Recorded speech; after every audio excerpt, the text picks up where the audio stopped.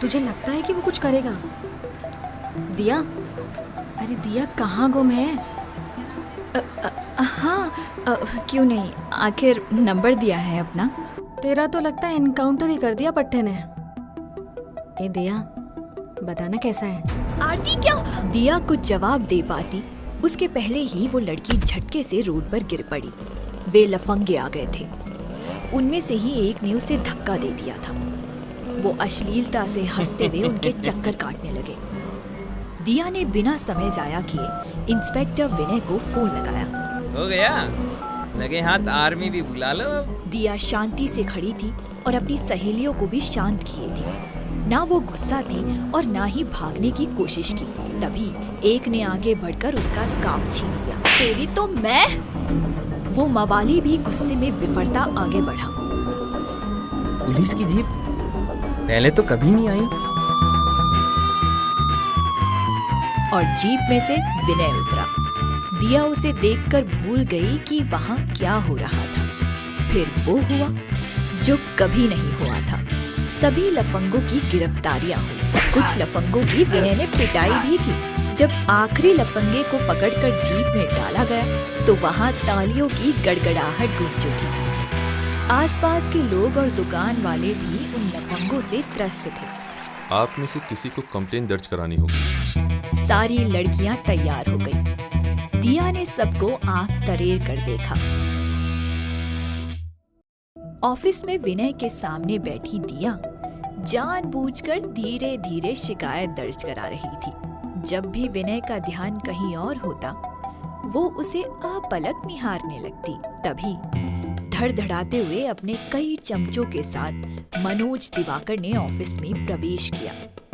मनोज दिवाकर, वे लफंगे जिस पार्टी के कार्यकर्ता होने का दावा करते थे। मनोज दिवाकर उसी पार्टी के लीडर का बेटा था। उसे अपने उन लफंगे दोस्तों का गिरफ्तार किया जाना खल गया था।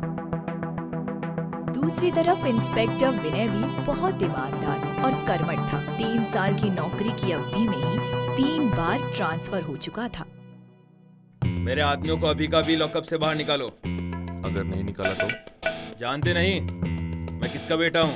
ये तो मैं जानता हूँ, लेकिन तुम नहीं जानते कि मैं कौन हूँ। अधिक पुलिस या रौब दिखाया तो अच्छा नहीं होगा तुम्हारी नौकरी के लिए, समझे?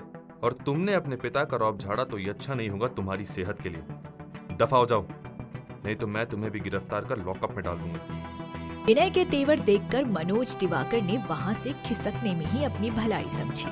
जा रहा हूँ इंस्पेक्टर, लेकिन तुम्हें नहीं छोड़ूंगा। आज के तुम्हारे व्यवहार की सजा तुम्हें जरूर मिलेगी। लेकिन जाते जाते भी अपनी अकड़ दिखा गया। अरे जाजा। दिया मुक्त भाव से लगातार इंस्पेक्टर विनय को देखती जा रही थी। Hello madam. हाँ, दरअसल मैं मनोज दिवाकर और उसके लफंगे दोस्तों के प्रति आपके रुख से काफी प्रभावित हुई। आपने हम लड़कियों की हेल्प करके एक नेक काम किया है। ये मेरी ड्यूटी है मैडम। देश के हर एक नागरिक को बराबर सुरक्षा देना पुलिस का कर्तव्य है। थैंक्स, अब चलती हूँ। बाय। बाय। वो आगे भी शिकायतें लेकर आती रही और विनय कार्रवाई करता रहा। दिया का कभी उसका पर्स गुम हो जाता तो कभी खुद ही अपनी स्कूटी वो जानबूझकर कहीं छोड़ आती। और फिर शुरू होता उसका पसंदीदा काम, विनय के सामने बैठकर कंप्लेन दर्ज कराना। पर हमेशा उसी का सामान चोरी हो ये जरूरी तो नहीं, लेकिन उसने उसका भी तोड़ निकाल लिया था।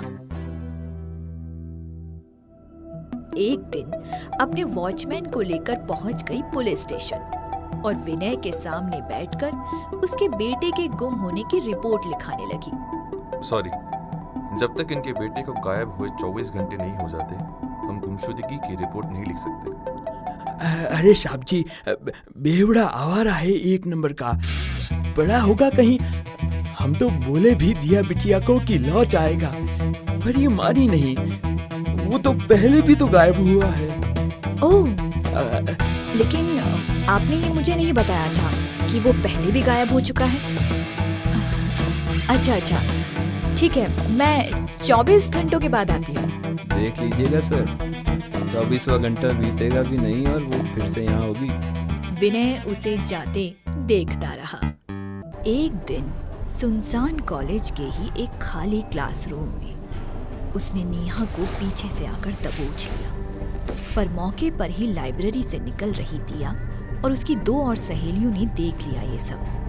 वे दोनों तो डर कर भाग गई, पर दिया ने हिम्मत करके शोर मचा दिया। हेल्प! इसके पहले कि भीड़ जमा होती, नेहा को जिंदा लाश बनाकर मनोज दिवाकर और उसके 3 दोस्त वहां से निकल भागे।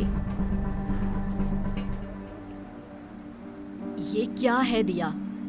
तेरी उम्र में लड़कियां पार्लर जाती है, मूवी जाती है, पार्टी करती है, और तू जब देखो तब पुलिस स्टेशन के ही चक्कर काटती रहती है। ओफो मम्मी, कुछ भी बोलती रहती हो। रह रह के उसे वो सब याद आ जाता था जो नेहा के साथ हुआ था। अब तक वे चारों दोषी आजाद थे, क्या उन्हें सजा नहीं होगी? देख अपनी बड़ी बहन को, इंजीनियर है, प्रोजेक्ट मैनेजर है इतनी बड़ी कंपनी में, फर्स्ट ईयर में ही नचिकेत को बॉयफ्रेंड बना लिया था, और तू एक काम नहीं हुआ तुझसे। सेकेंड ईयर बीतने को आया, कोई मिला कि नहीं तुझे? मम्मी चुप हो जाओ अब। तभी दरवाजे की घंटी बजी। मम्मी हाफती भागती हुई अंदर आई। दिया, दिया, दिया, क्या हुआ? कॉकरोच देख लिया? अरे बाहर एक हैंडसम सा लड़का आया है और तुझे पूछ भी रहा है। क्या?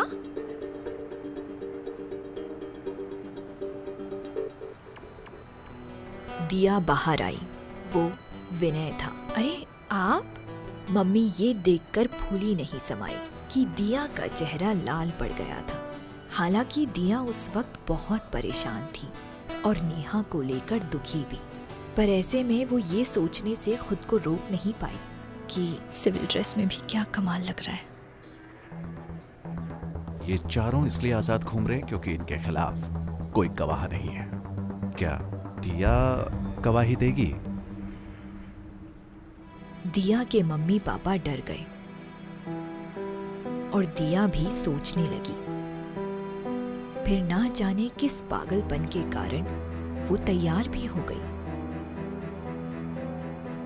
शायद उसे नेहा के लिए अफसोस था, शायद वो मनोज दिवाकर से हद से ज्यादा नफरत करती थी, या फिर शायद विनय पर हद से ज्यादा भरोसा करती थी। खैर, दिया की गवाही से उन्हें गिरफ्तार तो कर लिया गया, पर इससे ज्यादा कुछ ना हो सका। वो जितने बड़े रसूखदार बाप की औलाद था कि ऐसा संभव था भी नहीं। कुछ ही दिनों में वो छूट गया और अदालत में भी उसका केस नहीं टिका। असली तबाही अभी बाकी थी। एक दिन कॉलेज से घर आते समय दिया को एक चलती कार में खींच लिया गया, जिसने गवाह बनने की जुर्रत की थी। हेल्प! हेल्प! Help me!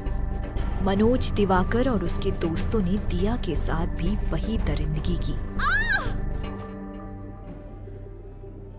विनय ने उसे एक होटल के कमरे से ढूंढ निकाला, पर वो भी अब एक जिंदा लाश की तरह हो चुकी थी। इस बीच खबर आई कि नेहा ने अपने हॉस्टल की छत से लटककर फांसी लगाकर आत्महत्या कर ली थी। विनय इन सब का दोषी खुद को मान रहा था। वो कुछ कर नहीं पाया था, ना नेहा के लिए और ना ही दिया के लिए। उसने कई बार दिया से मिलने की कोशिश की, फोन किया, पर दिया ना उससे मिलने को तैयार थी और ना ही उसने फोन उठाया। दिया को अस्पताल से घर आए हुए 1 हफ्ता हो गया था।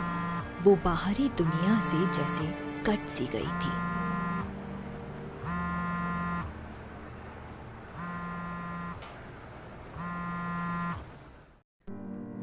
सबको हौसला देने वाली दिया आज एकदम टूट सी गई थी।